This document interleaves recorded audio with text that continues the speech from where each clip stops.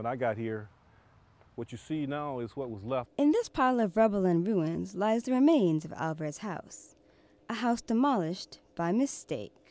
When I came up here like about 8:30, 8:45, it was just like a mirage. You know, you said, this is unbelievable that somebody could knock down your house like this without having never been contacted.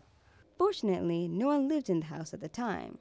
Bert's family kept the home after his parents' deaths, and it was still fully furnished when demolitioners tore it down. I mean, you see furniture in the house. It was not like it's empty. And this was just my mother's flipping her grave up in heaven. I think that her heirloom furniture that was here, it's in this place. Was. And they just torn it down. It's somewhere in that pile of rubble. Bert holds both the title and deed to the house, and the taxes have been paid up to date. So how could the demolition company make this kind of mistake? Bert called the company looking for answers. Their response, they had the wrong house.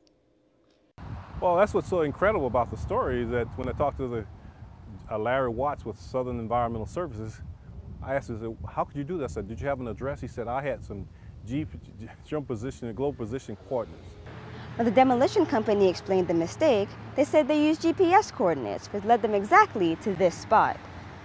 The company, Southern Environmental Services, said the coordinates led them to a house on Bird Trail, a street named after Bert's father, who built the house back in the 1950s. I called my attorney yesterday, so he's doing some research on this whole idea, try to find an answer. I still haven't gotten an answer from the supposedly the 4-Star Realty Group as to how this could occur.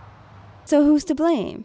A company called 4-Star Realty Group says they contracted with Southern Environmental Services, who subcontracted the demo work to Georgia Container. But the demolition process isn't a one-day thing.